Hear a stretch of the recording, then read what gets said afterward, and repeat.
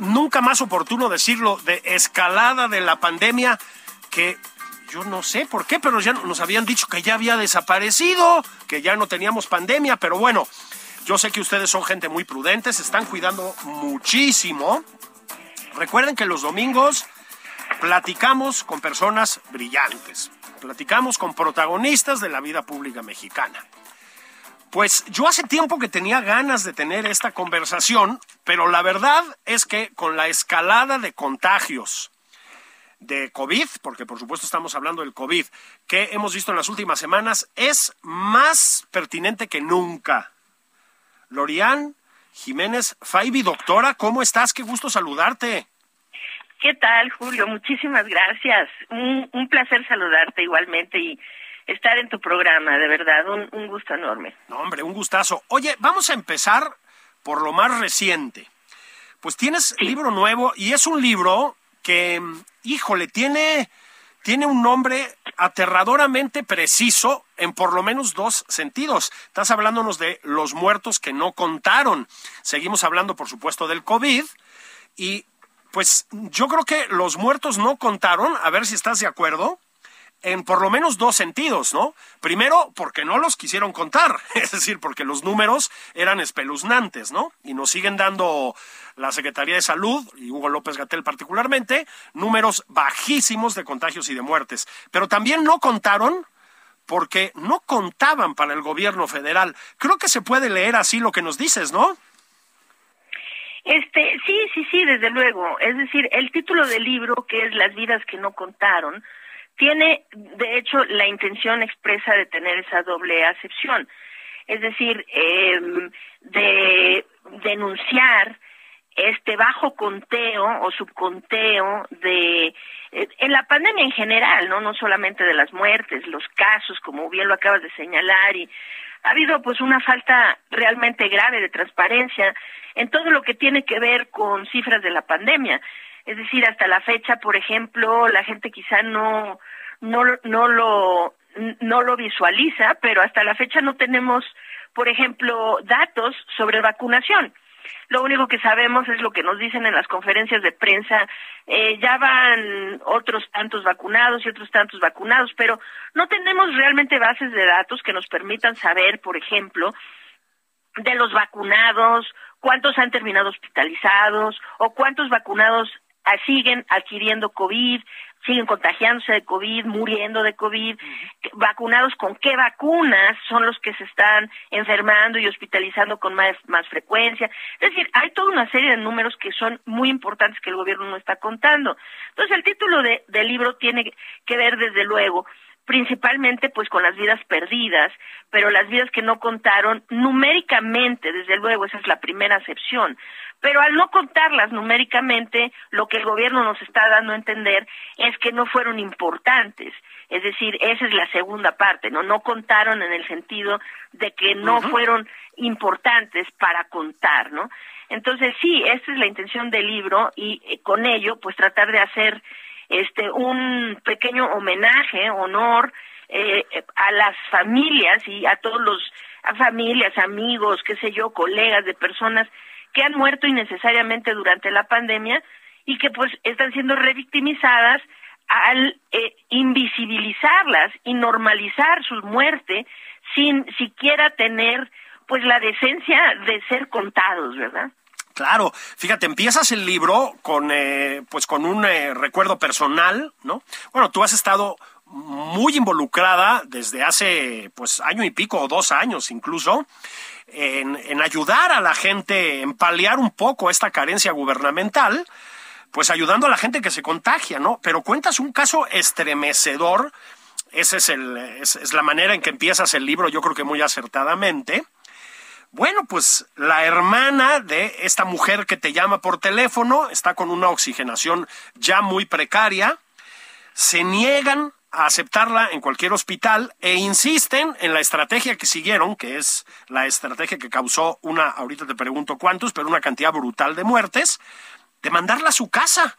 Bueno, pues esa mujer murió y a ti pues te rompió el corazón, no hay otra manera de decirlo, ¿no? Sí, definitivamente.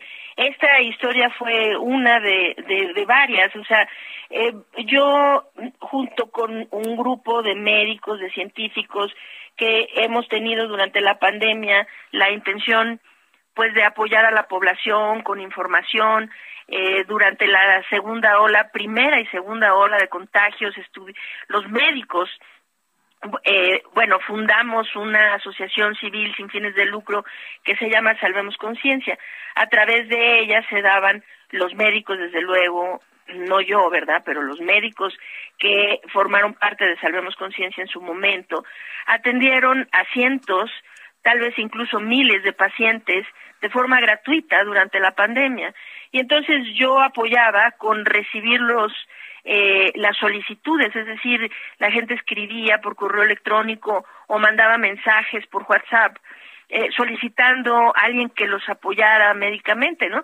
Y entonces se remitía a los médicos y qué sé yo, pero desde luego no se puede atender a distancia a pacientes de COVID-19 que ya están muy graves. Claro. Es decir, a distancia solamente se puede llegar hasta a darle vigilancia y a darle seguimiento a pacientes que tienen COVID leve o quizá incluso moderado.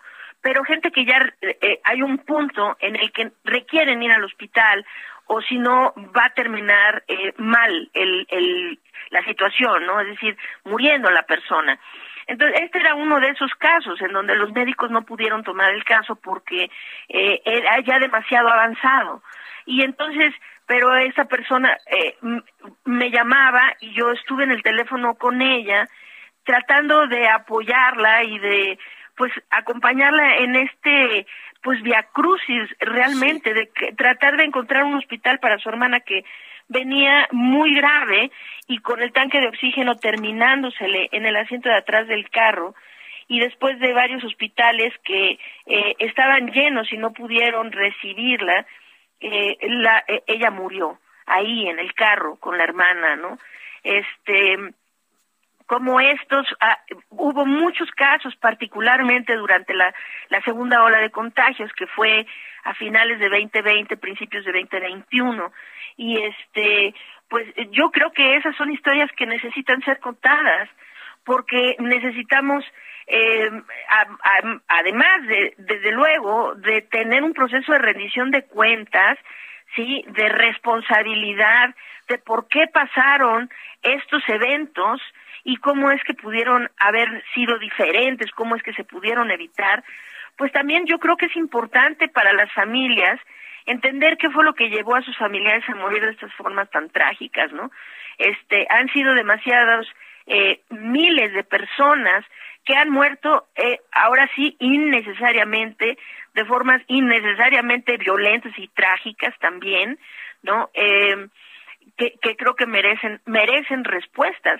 Y esto pues es parte de lo que he tratado de hacer en el esfuerzo de escribir los dos textos, el primero, claro, que fue Un daño irreparable, y este segundo de Las vidas que no contaron. Fíjate que ahorita vamos a ir a, si te parece bien, a Un daño irreparable, que fue efectivamente el libro que sacaste el año pasado y que bueno, fue además muy exitoso, ¿no? Pero aquí haces algo que pues pocos o nadie han hecho, que es, y aquí voy a hacer una observación que haces tú también. En México no hemos tenido una primera, segunda, tercera, cuarta, quinta ola de la pandemia. Hemos tenido una olota de la pandemia. Estamos de acuerdo, ¿no?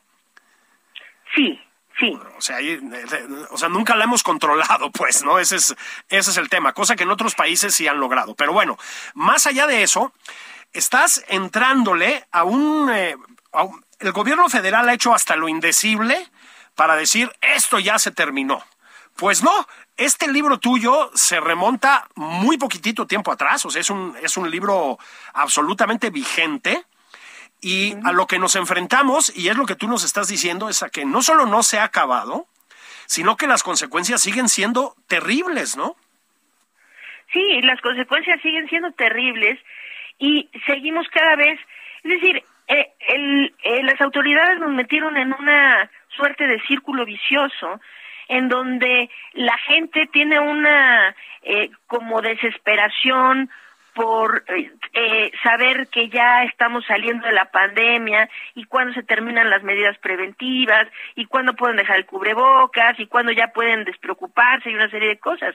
Y el gobierno, en lugar de hablar con claridad, y más que con claridad, o sea, así simple y llanamente con la verdad, ¿no? O sea, más que hablar con la verdad, sí. Lo que ha hecho es literalmente engañar a la población. Es decir, cuando tuvimos la primera ola de contagios, pues recuerdas muy bien, Julio, ¿no? O sea, que desde el mes de abril el presidente había dicho que habíamos domado la pandemia, ¿no? Sí.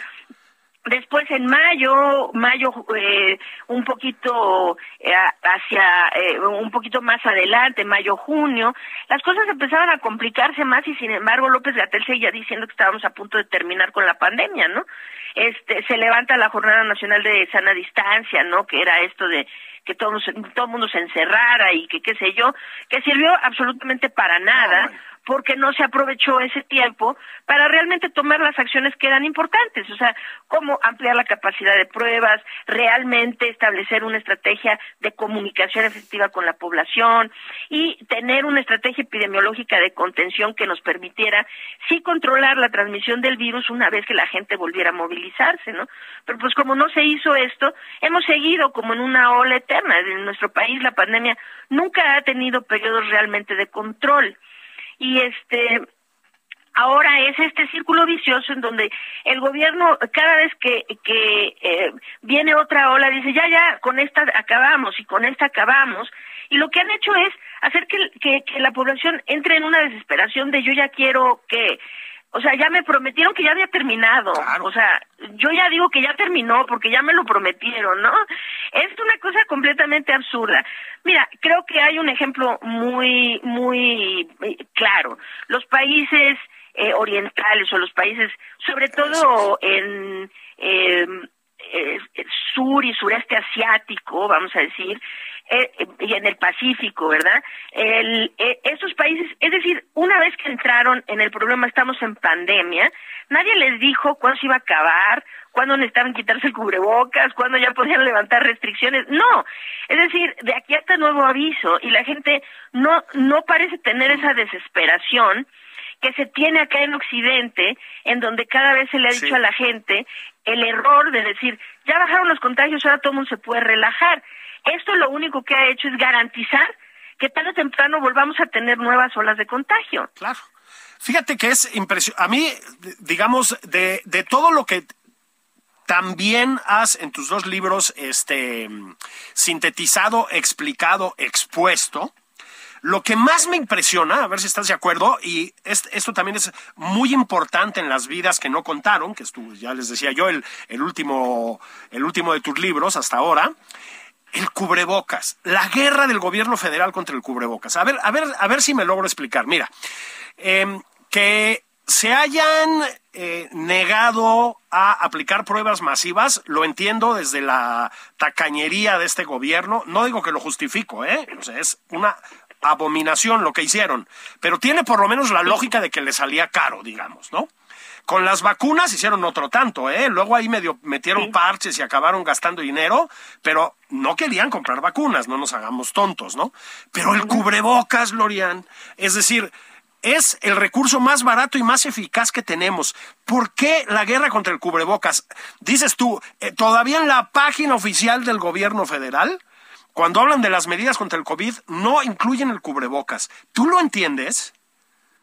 No lo entiendo, es un absurdo, es decir, pero es en el mismo tenor de cómo se ha seguido toda la pandemia, toda la estrategia de la pandemia ha estado pues en este tenor, ¿no? En el tenor de como quiere el señor presidente, incluso cuando el señor presidente ha querido cosas que han sido completamente anticientíficas, contraproducentes, improvisadas, poco sensatas y lo que tú quieras, negligentes incluso, ¿no? Creo que hubo una fecha, un momento en una de las mañaneras del presidente en donde de ahí se originó, o bueno, es mi teoría, ¿no? Sí. Que de ahí se originó todo el problema del cubrebocas. Fue una mañanera en donde el presidente López Obrador hizo una burla así tajante a la forma como el presidente Felipe Calderón había manejado la epidemia que tuvimos de influenza H1N1 por allá del 2009, ¿verdad? Entonces, y lo que digo es, no, bueno, allá pues qué ridículos esto de tápese la boca y póngase ya quisiéramos, ¿verdad? Sí, o sea, hizo una burla así de, ay, qué ridiculitos, ¿no? Y como fueron muy ridículos, aquí no vamos a incurrir en esa misma ridiculez. Entonces, de ese momento en adelante, ocurrió un fenómeno que me parece así, realmente, no sé, para los libros de historia, que haya ocurrido que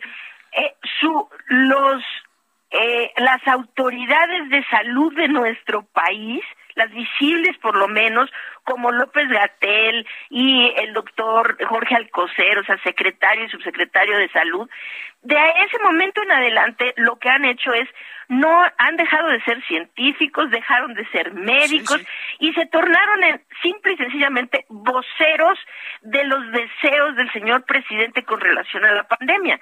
Entonces, se hace que un médico como supuestamente científico, supuestamente altamente educado, con un doctorado de la Universidad de Johns Hopkins, como López-Gatell, se pare ahí a decir una necedad tan ridícula como el cubrebocas sirve para lo que no sirve y no sirve para lo que no sirve, ¿no?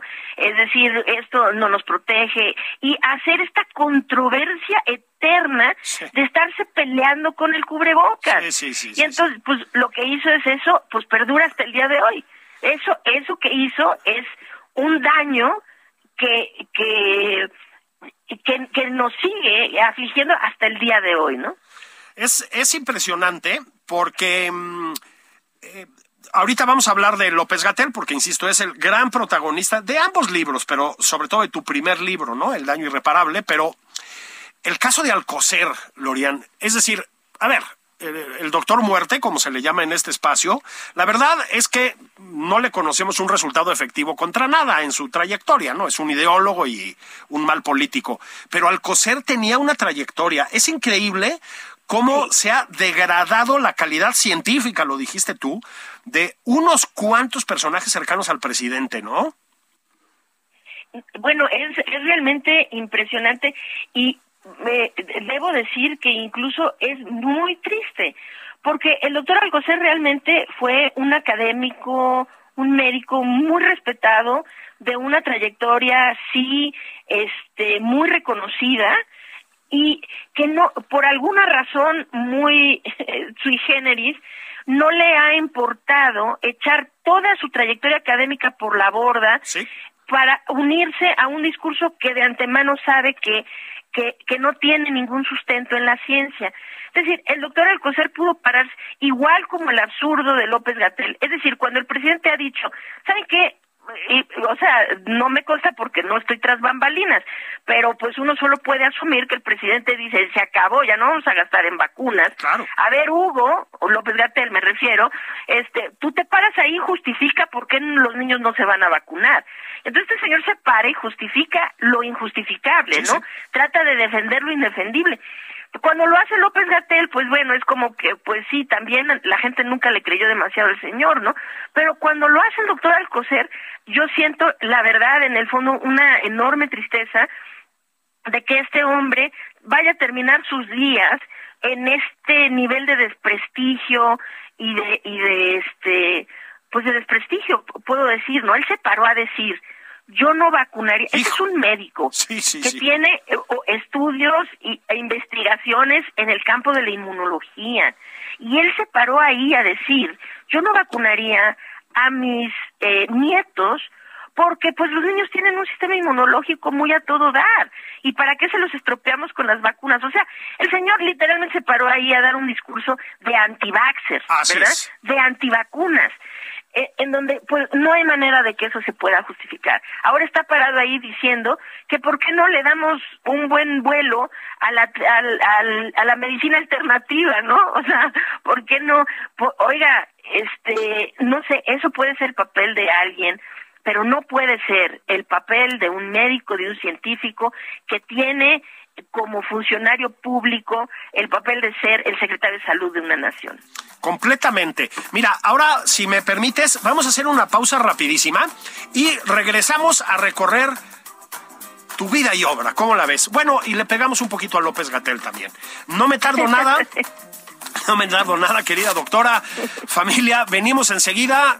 Como ya es fin de semana, hay una doctora aquí, se los puedo decir, es perfectamente válido que se sirvan una cerveza. Ahí venimos. Estamos de regreso en Nada Más por Convivir. Niñas, niños, sobrinas, sobrinos, sobrines, bendiciones, darlings.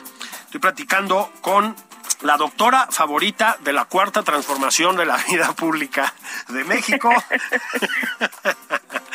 Anne-Lori Jiménez Faibi. Estábamos con tu último libro hasta ahora, y ahorita vamos para allá, porque seguro que ya tienes algo entre manos, Las vidas que no contaron. Pero diste un campanazo tremendo, híjole, con un libro con Hugo López-Gatell en la portada. Se lo dedicaste al doctor Muerte, querida doctora. Uy, bueno, el primer libro, Un daño irreparable, sí. O sea, yo tengo que confesar que yo no estuve a favor de que su foto estuviera en la portada del libro, ¿eh? O sea, de hecho, cuando me lo mostraron dije, no, por Dios, o sea, ¿qué me quieren matar o qué? O sea, dije, no, eso no me encantó que fuera así. Pero finalmente pues fue como es y estoy muy, muy contenta con el libro y creo que Las vidas que no contaron está mejor escrito, tal vez mejor documentado, no sé, quedé más satisfecha con el segundo libro que con el primero, pero pues ahí están los dos, ¿no? Finalmente. En el segundo libro la verdad es que ya no quise mucho hacer énfasis en López-Gatell, sí, porque sí. Es decir, él ha perdido tanta credibilidad en los ojos de toda una nación, ¿no? Ha perdido el respeto y ha perdido, a mi manera de ver, en lo personal, ha perdido absolutamente la dignidad y la ética profesional, ¿no? Entonces creo que necesitamos ya dedicarle menos tiempo a este señor y hablar más de lo que podemos hacer para ayudar a la gente a sobrepasar y a hacer más llevadera la pandemia con menos pérdida de vidas y menos gente enfermando y quedando con secuelas y una serie de cosas, ¿no? Entonces, y también, Julio, debo decir una cosa, que en el primer libro, después como que un poquito me di cuenta que no había yo hecho suficiente énfasis por hablar tanto de López-Gatell, que se volvió como un protagonista de tan alto perfil, por lo menos en la primera parte de la pandemia, ¿no? Aquí en México, bueno, el primer año y medio de la pandemia, como que dejé de hablar de la responsabilidad que sí tienen otros actores, claro, porque han tenido mucha responsabilidad. Así es. O sea, el presidente ha tenido una enorme responsabilidad en esto, pero también, por ejemplo, Claudia Sheinbaum, ella ha dirigido la pandemia en la ciudad que tiene, que es la Ciudad de México, el exceso de mortalidad más alto en el mundo. Y eso pues recae, y su secretaria de salud, que pues ahora sí que nadie sabe ni su nombre, ¿verdad? Eso, un premio a quien se acuerde de cómo se llama la secretaria de salud chilanga, ¿verdad? Sí, un premio, le regalamos un libro. Eso, a quien dedicado. se acuerde, sin googlearlo, claro, porque... Sí. No, o sea, y muchos también, desde los gobiernos estatales ha habido mucha responsabilidad, y en el segundo libro creo que traté de hablar más de las responsabilidades compartidas que han tenido las autoridades estatales aquí en la Ciudad de México, desde luego las autoridades aquí en la Ciudad de México, y el presidente de la República, más allá de enfocarme solamente en López-Gatell. Sí, es una responsabilidad en primera instancia del gobierno federal. Yo creo va en ese sentido. Es decir, es inevitable poner a López-Gatell en el centro porque pues era oficialmente el responsable de, bueno, sigue siendo, ¿no?, de controlar la pandemia que dice que ya desapareció, y pues se dedicó a ser un vocero del presidente. Es decir, un poco la impresión que tiene uno es que las estrategias generales, por llamarlas de alguna manera, de lucha contra la pandemia fueron del presidente. Pero lo que tú expones, y yo creo que por eso se te fueron tan encima desde los sectores oficialistas, es brutal, Lorian, porque En un principio, pues había incertidumbres. ¿Te acuerdas que lavábamos el súper y todas esas cosas? Pero sí. ya que sabemos bastante sobre este maldito virus, pues no hay justificaciones, ¿no? Y la necedad sigue ahí. Creo que es uno de los mensajes que nos estás dando. Y es una responsabilidad que se vuelve criminal, ¿no? Porque se vuelve criminal decirle a una población, ¿saben qué? Ya estamos entrando en un estado endémico. Esto lo dijo López-Gatell ¿Sí? hace 2 meses. Dijo literalmente en una conferencia de prensa, ahí está la versión estenográfica, no tengo aquí a la mano exactamente la fecha, pero ahí lo podemos buscar. Dijo literalmente así: la Organización Mundial de la Salud no ha declarado fin de la pandemia, pero cada quien en su región y cada país puede evaluar cómo va el avance, y aquí, en nuestro país, podemos decir que ya estamos transitando al estado endémico. Sí, Así sí. lo dijo literalmente. Y entonces, cuando eso se le dice a una población y después salen unos puristas a decir, pues es que la gente es muy irresponsable, ¿por qué no se pone un cubrebocas? No, perdón, es que a la gente se le dijo que esto ya se había terminado. Así es. No es culpa de la gente, es culpa de esta criminalidad gubernamental en donde se está literalmente engañando a la población, diciéndoles que no hay riesgo cuando sus vidas siguen estando en riesgo, y necesitarían entender esto para saber cuáles son las medidas pertinentes que necesitan tomar para estar a salvo. Fíjate que tocas un tema muy de esos que sacan herida, ¿verdad?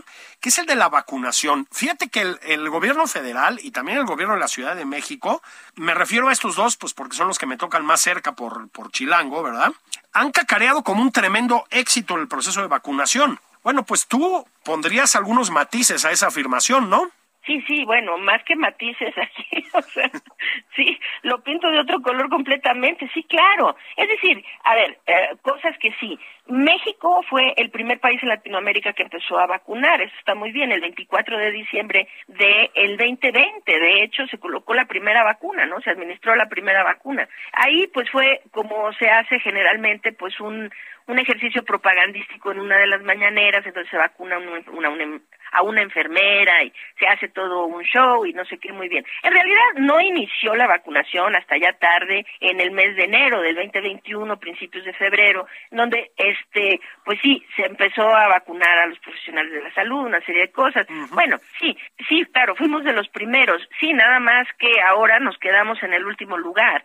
Es decir, si vemos, solamente tal vez Honduras, Nicaragua, El Salvador son los únicos países que tienen menor cobertura de vacunación que México. Sí. Y eso es una verdadera vergüenza, porque aquí nos quedamos como que se durmieron en sus laureles, diciendo que íbamos muy bien con la vacunación, pero la realidad aquí es que no hemos llegado ni siquiera al 70% de cobertura de vacunación en la población. Seguimos siendo el único país en el continente americano que no ha vacunado a la población de menores de edad.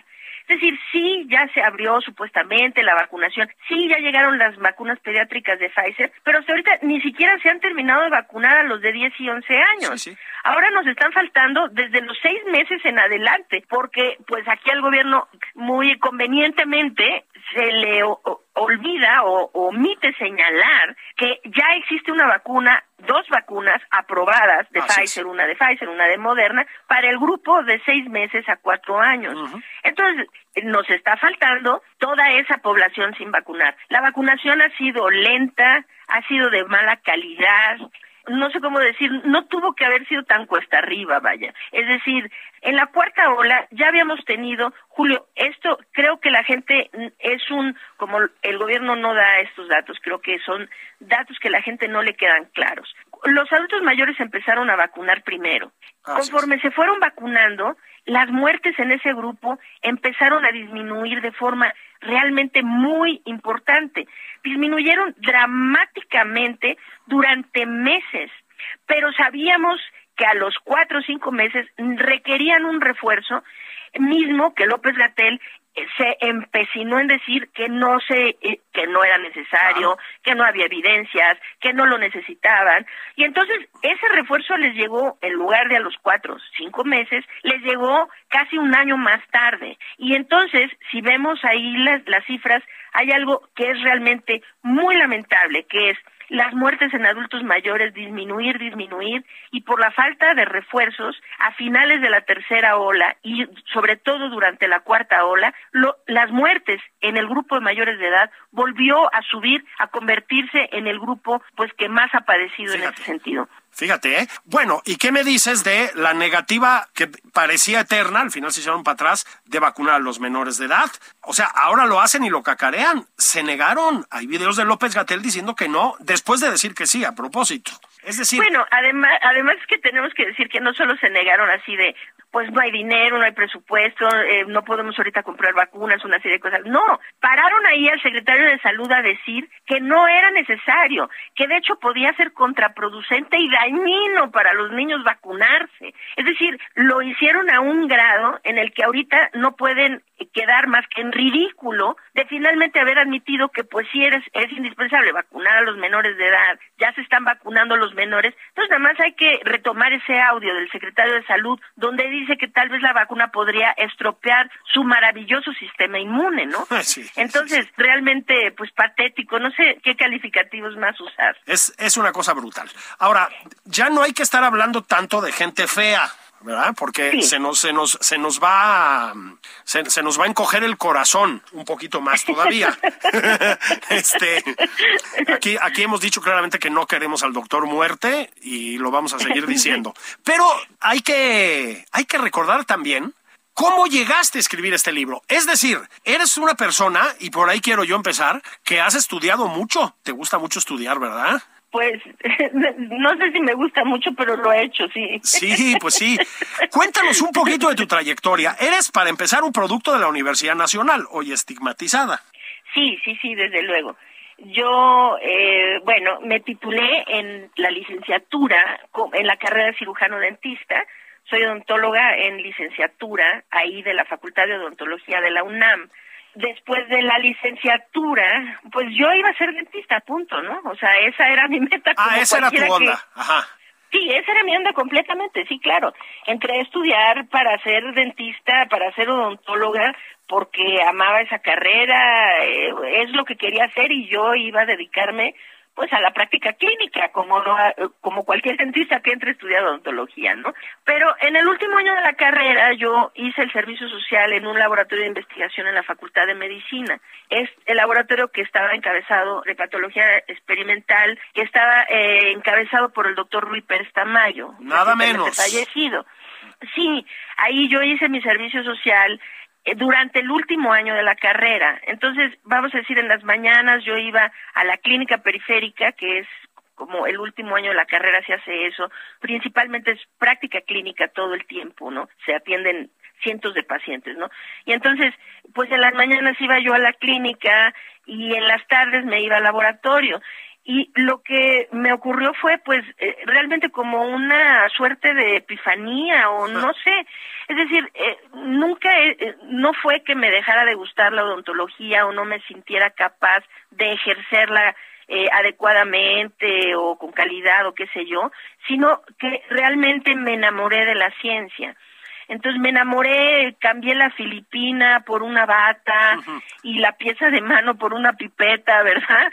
Y entre más trabajaba en el laboratorio, más me daba cuenta que esa era mi vocación. Entonces, bueno, de haber sabido eso antes, me hubiera ahorrado ahora todo esto que me dicen de la doctora Muelitas y la dentista que me gritan en redes sociales y qué sé yo, y pues tal vez como carrera base hubiera estudiado biología o química o no, ni siquiera, o sea, los médicos también no tienen el propósito de ser científicos necesariamente, ¿no? O sea, sino de ser clínicos. Pero, en fin, esto ya lo dije más de broma que otra cosa, ¿eh? Sí, me enamoré de la ciencia y entonces empecé ahí cada vez a meterme más en esa parte, y para cuando terminé mi tesis de licenciatura pues estaba decidido, o sea, ya no había otra cosa que yo quisiera hacer más que eso, ¿no? Y entonces pues me puse las pilas. Aquí era muy complicado llegar al doctorado, me hubiera llevado años llegar al doctorado porque los planes de estudio en la Facultad de Odontología eran tan absurdos que te obligaban a ir de la licenciatura a la especialidad y de la especialidad a la maestría y de la maestría al doctorado, ¿no? Sí. lo cual pues es absurdo porque alguien que quiere hacer un doctorado no necesita una especialización clínica, ¿verdad? O sea, ni tampoco necesariamente tener que pasar por la maestría para llegar al doctorado. Pero bueno, entonces yo pues apliqué a varias universidades en Estados Unidos, entre ellas a la Universidad de Harvard. Fui aceptada en la Universidad de Harvard para hacer un doctorado en ciencias médicas y pues me fui para allá, estudié allá 5 años, hice el doctorado, queriendo decir lo siguiente, Julio, o sea, yo nunca ejercí como odontóloga, nunca tuve un consultorio y el último paciente que vi fue la última vez que me senté en un sillón dental como clínico fue en el último día que estuve en la clínica de la UNAM en donde estaba yo estudiando, ¿no? O sea, y entonces, pues desde entonces me dedico a eso. Terminé el doctorado en Boston, regresé a México y fundé aquí en la Facultad de Odontología el Laboratorio de Genética Molecular. Y he estado a cargo de ese laboratorio, pues, durante todo este tiempo. Es decir, tengo ahora 28 años de antigüedad en la UNAM. Me dedico y me he dedicado siempre, únicamente, a la ciencia, a la academia, y así, y a dirigir el laboratorio de investigación. Y feliz de la vida. Bueno, voy a decir una cosa. El doctor Muerte nunca ha ejercido de doctor, independientemente de lo que haya estudiado, ¿no? Pues sí. Pero pues es que también, pues así como quieres caerles bien, o sea, sales de la UNAM, que ya nos dijo el presidente que es una universidad conservadora, ¿no? Que se volvió conservadora, y te vas a Harvard, que es una universidad de conservadores y de corruptos, pues es que así no hay manera. ¿Qué pasó con las universidades? ¿Cómo se llaman? Las no, qué barbaridad, no sé. Hubiera ido a estudiar a Cuba, tal vez, ¿verdad? Para caerle mejor. Ahí está. Oye, y más allá de que, supongo yo, me imagino, por como te veo en las redes sociales, por tus libros, etcétera, por las conferencias que das, etcétera, pues yo supongo que la pandemia pues tiene que haber mandado tus actividades cotidianas hacia otro lado, ¿no? En el laboratorio, etcétera, pues era una situación de emergencia. Pero más allá de eso, ¿sí? Más allá del COVID, ¿en qué andas? Es decir, ¿qué investigas? ¿Qué aprendes? ¿Qué nos vas a enseñar? ¿Qué pasa en ese laboratorio? Bueno, el laboratorio de genética molecular sigue llevando las líneas de investigación que siempre tuvo. Nosotros hacemos estudios básicamente sobre etiología, patogenia de enfermedades que son principalmente infecciones endógenas, ¿no? Infecciones endógenas mixtas, como la enfermedad periodontal. Hacemos muchos estudios sobre diabetes tipo 2 en términos de su genética, la predisposición genética de diferentes enfermedades, y cosas de ese tipo. Esas son nuestras líneas de investigación. Ahora, pues sí, durante la pandemia, pues así como dije, tuve una epifanía cuando en la carrera empecé a trabajar en un laboratorio. No sé si ahora tuve una segunda durante la pandemia, ¿no? Al inicio de la pandemia. Es decir, pues la UNAM cerró, ¿no? El laboratorio estaba cerrado, así completamente nadie iba, y así estuvo durante casi 2 años, de hecho, ¿no? Es decir, sí hay gente que ha estado yendo al laboratorio a trabajar. Tengo una profesora que es una investigadora adjunta a la doctora Adriana Patricia Rodríguez, y pues tenemos alumnos de doctorado, de licenciatura, técnicos y una serie de gente que trabaja. Pues ahí nos fuimos sorteando para que el trabajo continuara, ¿no? Pero realmente la parte de la pandemia es algo que hoy por hoy no he tenido, es decir, no he como tal incorporado a las líneas de investigación de mi laboratorio en la UNAM. Es decir, el laboratorio continúa haciendo sus líneas de investigación habituales, y lo que hago con relación a la pandemia es algo que hago como un poquito al margen. Hasta ahora, muy recientemente, sí he querido ya incorporar la situación de COVID-19 a los quehaceres propios del laboratorio, ¿no? ¿Por qué? Porque creo que hay mucho de lo que necesitamos hablar, y información científica. Ahora he estado escribiendo, porque más bien cuestiones de divulgación, ¿no? Sí. Dando entrevistas, escribiendo para diarios, los libros, una serie de cosas, pero ahora me he estado dedicando, después de que entregué las vidas que no contaron, un poco más a tratar de producir manuscritos científicos sobre datos de la pandemia en México, y creo que necesitamos hablar mucho sobre qué es lo que viene. Es decir, la pandemia no se ha terminado, ni tampoco tenemos una visión del fin del túnel todavía, ¿no? Pero necesitamos empezar a hablar de cosas que no se hablan en nuestro país, como el COVID persistente, cómo podemos dar apoyo a esas poblaciones. Y pues apenas ahora, Julio, es que estoy tratando de incorporar este trabajo que he hecho durante la pandemia a las líneas de investigación de mi laboratorio. De hecho, lo he hecho completamente al margen, y he podido hacerlo gracias a que tengo un equipo increíble de personas súper trabajadoras en el laboratorio que se han estado a cargo de continuar con nuestras actividades, y yo supervisándolas a distancia, ¿no? Y me ha permitido, y pues el laboratorio por lo menos parcialmente cerrado, pues me ha permitido seguir haciendo los trabajos que he hecho con relación a la pandemia. Mira, es que están ustedes escuchando como Lorian, pues como tanta gente en México, tengo que decirlo, y gente valiosa, pues se volcó a enfrentar esta pesadilla del COVID, ¿no? Me parece que es lo que tocaba hacer. Tú hablas en las vidas que no contaron mucho, por ejemplo, del doctor Francisco Moreno, del Hospital ABC.